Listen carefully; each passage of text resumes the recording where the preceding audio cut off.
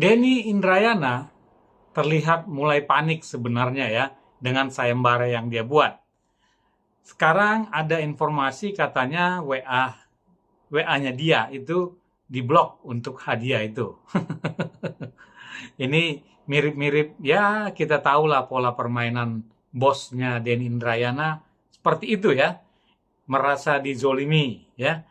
Tahulah siapa ya yang sering berperilaku seperti itu ya, supaya dilihat dizolimi, kemudian orang bersimpati ya, seperti itu. Kita udah tahu itu pola-pola lama seperti itu ya, pola-pola yang ya sudah basi lah ya. Nah, apakah ini ada kaitannya dengan sudah mulainya orang melaporkan ya? Termasuk salah satu teman kami ya, kami tidak sebut nama di sini ya, itu sudah melaporkannya ke Kementerian Sosial ya, Kementerian Sosial karena mempertanyakan apakah sayembara ini legal atau ilegal, sudah terdaftar tidak di Kementerian Sosial ya. Karena seharusnya kan Denny Indrayana ini seorang, katanya ya, profesor hukum gitulah ya, yang walaupun gelar profesornya itu masih dipertanyakan karena sudah tidak mengajar lagi ya. Seharusnya kan profesor itu adalah jabatan fungsi seorang dosen, bukan gelar akademik, itu jabatan fungsi ya. Kalau dia sudah tidak mengajar ya jabatan fungsi itu hilang ya, tidak melekat seumur hidup seperti itu. Nah, jadi Denny ini sudah ada yang mulai melaporkan ke Kementerian Sosial ya. Ada juga yang melaporkan, kami dengar-dengar, ke apa itu, Dirjen Pajak ya. Hadiah-hadiah ini apakah berasal dari mana gitu ya, kan harus ditelusuri ya. Nah, jadi ini membuat blunder terhadap dirinya sendiri nanti ya, kalau mulai ada penyelidikan-penyelidikan terkait sayembaranya itu bagaimana, legal atau ilegal, apakah sudah diketahui dengan keterbukaan ini uang untuk sayembara ini dari siapa perolehannya, pajak-pajaknya bagaimana. Kemudian kan harus hanya ada, kalau sayembara itu sayembara berhadiah ya, apalagi nilainya mencapai 2 miliar, itu hampir 2 miliar ya. Itu pihak kepolisian kan harusnya terlibat di sana untuk memastikan tidak ada tipu-tipu kah atau apa ya. Kami tidak mengatakan sayembaranya tipu-tipu, tapi begitulah sayembara ya, harusnya kan karena banyak juga sayembara-sayembara begitu yang mirip-mirip lah ya. Ada sayembara berhadiah ternyata tipu-tipu ya. Nah, ini kan perlu di audit sebelumnya, sebelum membuat sayembara berhadiah ya. Harusnya Denny Indrayana ini tahu dan paham. Harusnya. Nggak tahu kalau dia tidak paham ya, aneh juga ya. Atau jadi kita ragukan itu kepakarannya yang katanya pakar hukum tadi ya. Ya, itulah. Jadi makin lama ini semakin kami lihat ya dia akan terpojok ya. Belum lagi ini ada, kami dengar-dengar ya, dengar-dengar dari teman bahwa kasus payment gateway-nya itu yang lama ya, kasus yang Denny Indrayana sebagai tersangka sejak 2015 kalau tidak salah ya. Itu kan ketika dia sebagai wakil menteri hukum ya, itu kasus itu terjadi dan diperiksa oleh pihak kepolisian, dan sekarang belum di SP3, artinya ini masih bisa berproses dan sudah ada yang sepertinya masyarakat lah ya, mengatasnamakan masyarakat, ada yang mengadu untuk hal ini diproses sampai selesai kan. Itu karena kerugian negara katanya itu ya, informasinya kan sebanyak 32 miliar kan begitu. Ini bagaimana? Kenapa tidak diproses? Kenapa seperti dibiarkan?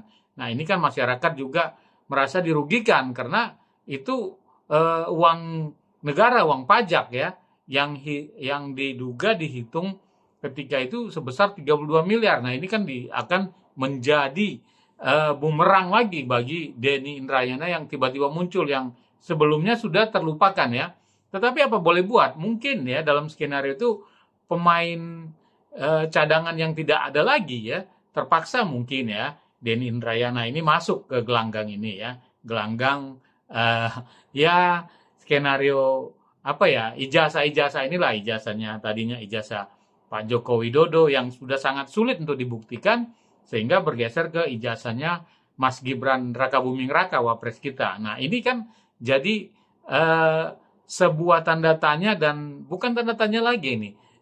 Kami yakin masyarakat sudah paham lah ya. Pemain-pemainnya kan sudah terlihat siapa-siapa ya. Ini kan pemain-pemain lama yang memiliki latar belakang yang tanda kutip bermasalah ya. Latar belakangnya. Tadinya Rismond ya, latar belakangnya bermasalah, sudah sudah KO ya, knockdown knockout ya, KO. Nah, kemudian Roy dan Tifa ini kemungkinan besar akan sudah mengarah ke KO juga ya. Sekarang kan peradilan jalan keluar mereka untuk bersembunyi itu sudah sudah mendapatkan batu kerikil yang tajam, terjal, yaitu sejak Surat Edaran Mahkamah Agung nomor 3 tahun 2026 diterbitkan, sehingga pra-peradilannya sudah tidak ada manfaat. Jadi sudah masuk ke pokok persoalan itu ya. Jadi inilah yang membuat mereka terlihat sudah mulai kebingungan, di mana pendukung-pendukungnya juga itu pada kabur ya. Kenapa? Karena udah mulai ketahuan mereka ini bukannya mempermasalahkan ijazah Pak Joko Widodo kelihatannya, karena katanya kan ada bukti melalui penelitian-penelitian yang luar biasa. Ternyata sekarang tidak berani untuk menghadapi persidangan pokok. Yang bukti-bukti itu tidak berani mereka tunjukkan, tampilkan di persidangan kan. Jadi malah mundur dengan cara bersembunyi dengan pra-peradilan tersebut. Kan begitu ya analisisnya. Itulah dugaan-dugaan kami, analisis kami ya. Sehingga masuklah ini Denny Indrayana dengan mencoba menggeser ke ijazahnya Pak Mas Gibran Rakabuming Raka. Nah, ini mirip sama dengan apa yang dikatakan Prof. Jimli Asidiki ya, bahwa ini adalah didasarkan oleh kebencian yang ini tidak rasional atau irasional, kata Prof. Jimli ya, dari tadinya ijazah Jokowi kemudian bergeser ke ijazahnya Gibran. Ini mau sampai kapan kan itu? Ini siapa yang bekerja di sini? Apakah ini memang benar ya bohir-bohir yang bohir politik lah yang bermain, yang juga sekarang sudah bingung juga ya. Bingung karena skenario yang dibangun itu berantakan, satu-satu ketahuan permasalahan-permasalahannya kan, terbuka. Ternyata orang-orang yang dimainkan di sana diperkirakan adalah orang yang berkompeten gitu ya. Ternyata kan banyak permasalahan latar belakangnya, terutama latar belakang pendidikan ya, dan begitu. Karena peneliti itu harus latar belakang pendidikannya kuat ya, dan terutama juga seharusnya itu adalah tenaga pengajar lah, dosen seperti itu, dan dosen aktif seharusnya lebih kompeten untuk melakukan penelitian. Ini kan kita lihat siapa orang-orangnya. Dr. Tifa ya di STF tidak diakui memiliki gelar doktornya. Di UI 2 kali gagal meraih doktor, dan sekarang di UI lagi tuh. Ini yang ketiga nih, kuliah di UI 2 kali gagal, yang ketiga ini belum selesai juga ya.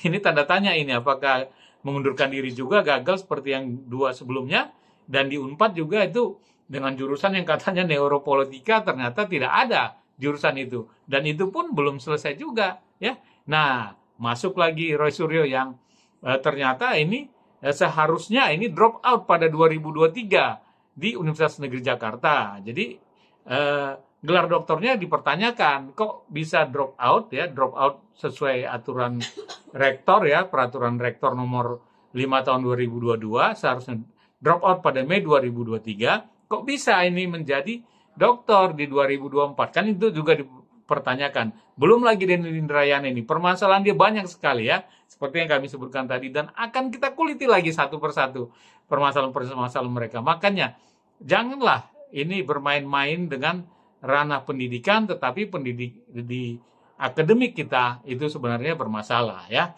Jadi kalau kami ini hanya memperjuangkan supaya marwah pendidikan kita ini jangan menjadi topeng tameng ya, kedok. Ternyata orang-orang yang menggunakan kedok ini ya orang-orang bermasalah, mulai terbukalah semuanya. Dan nanti kita lihat lagi bagaimana. Itu dulu ya. Nanti terlalu panjang, teman-teman panggung ijazah bosan mendengarnya ya. Semoga ini bisa mencerahkan kita bahwa pendidikan harus kita jaga ya. Marwah itu adalah marwah, candra di muka dari sebuah bangsa, marwah peradaban sebuah bangsa. Jangan harap Indonesia bisa ada, ini bukan maju lagi, bisa ada, ya, tetap ada kalau pendidikan dirusak. Itu yang kami jaga, supaya Indonesia tetap ada dan bisa meningkat sedikit demi sedikit kalau pendidikan kita bisa jaga.